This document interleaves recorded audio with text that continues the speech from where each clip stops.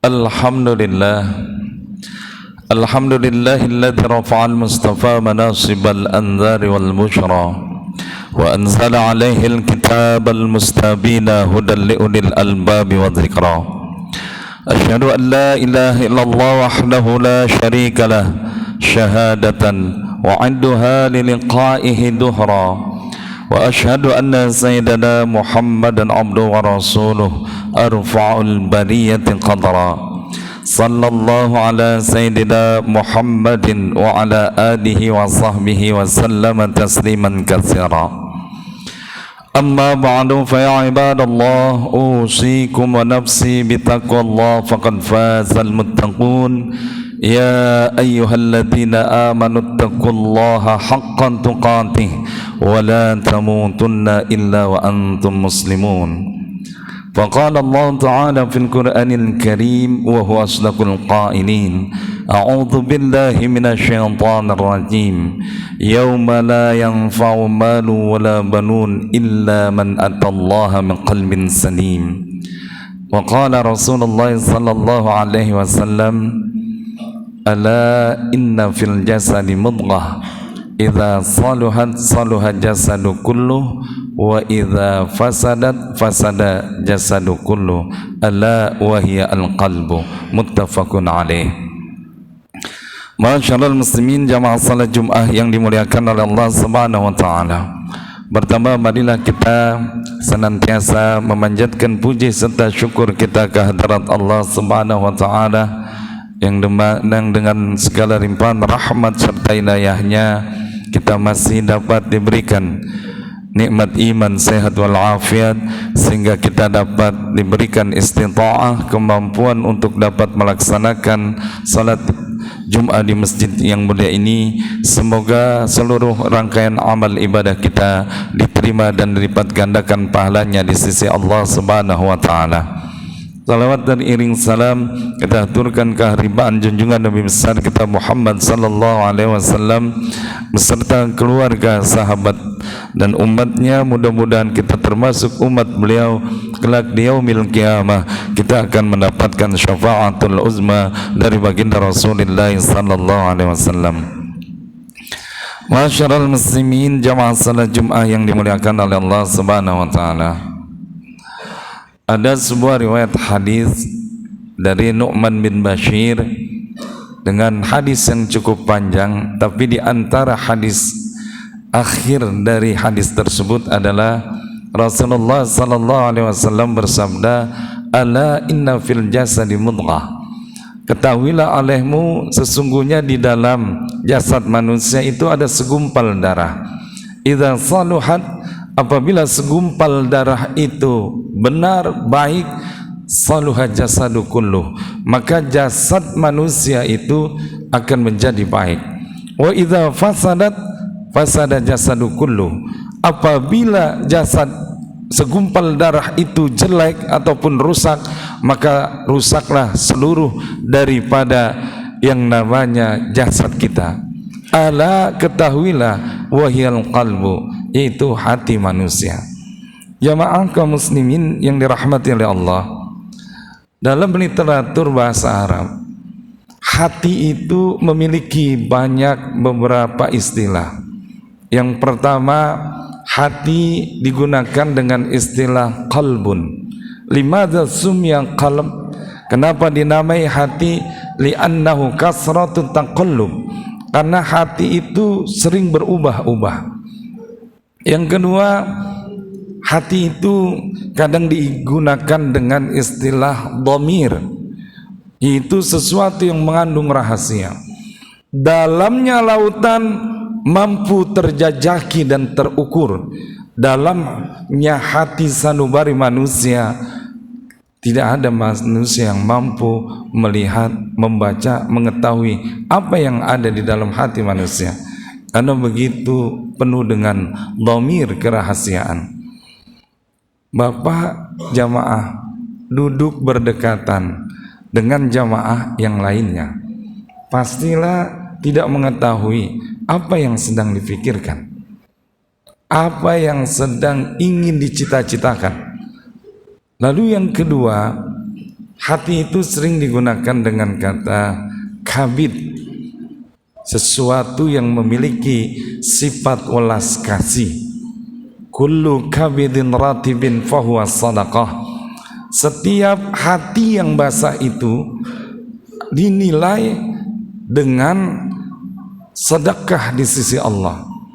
Maka ada riwayat ketika seorang pelacur melihat seekor anjing yang sedang kehausan, lalu ia memberikan air kepada anjing tersebut, maka dengan izzah Allah Subhanahu wa taala, pelacur itu dosa-dosanya diampuni oleh Allah Subhanahu wa taala karena memiliki welas kasih. Bahkan khalifah yang kedua, yaitu Khalifah Umar ibn al-Khattab, ketika ia mengamalkan sebuah hadis Nabi, irhamu man fil ardi yarhamkum man fis sama, berilah kasih sayang terhadap makhluk yang ada di bumi ini, maka engkau akan dikasihani dari makhluk yang ada di langit. Khalifah Umar ini termasuk khalifah yang unik. Saking uniknya, ia memiliki beberapa keistimewaan. Bahkan sampai-sampai ulama menulis sebuah pendapat yang dikumpulkan dari Sayyidina Umar dengan istilah fikhu Umar, fikihnya Umar bin Khattab. Dan beliau ini termasuk orang yang luar biasa. Beliau tidak akan membaca Al-Quran lebih lanjut sebelum ia mampu mengamalkan. Dia terkenal dengan istilah Al-Faruq, orang yang mampu membedakan mana yang baik dan mana yang tidak baik, mana yang hak dan mana yang batil. Dia pun menjadi orang yang disegani baik di kalangan muslim maupun non-muslim. Dia tidak cinta dengan kemewahan. Suatu saat ia melihat ada seorang anak sedang bermain-main atau memainkan burung pipit.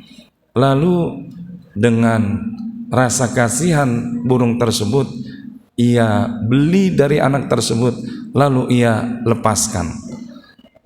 Ulama berkomentar bahwa di antara yang menyebabkan Umar bin Khattab masuk surga adalah lantaran amal ini, karena ia memiliki sifat ulas kasih kepada makhluk yang ada di bumi ini. Jamaah kaum muslimin yang dirahmati oleh Allah, Anas bin Malik suatu saat meriwayatkan, kata Anas, kami sedang berduduk bersama Rasulullah, lalu tiba-tiba Rasulullah pun bersabda, sebentar lagi akan datang ke tengah-tengah kita salah seorang penghuni surga. Tiba-tiba ada sahabat Ansor datang dengan wajah yang baru saja ia wudu, mengetes air wudu, dan ia kempit sendalnya. Lalu ia datang dan duduk di tengah-tengah Rasulullah bersama sahabat yang lain. Kejadian itu sampai 3 kali Rasulullah bersabda, sebentar lagi akan datang di tengah-tengah kita salah seorang penghuni surga. Kesempatan yang lain Rasul pun bersabda seperti itu.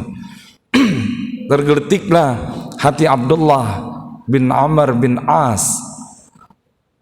Pada saat itu ia mengikuti orang tersebut.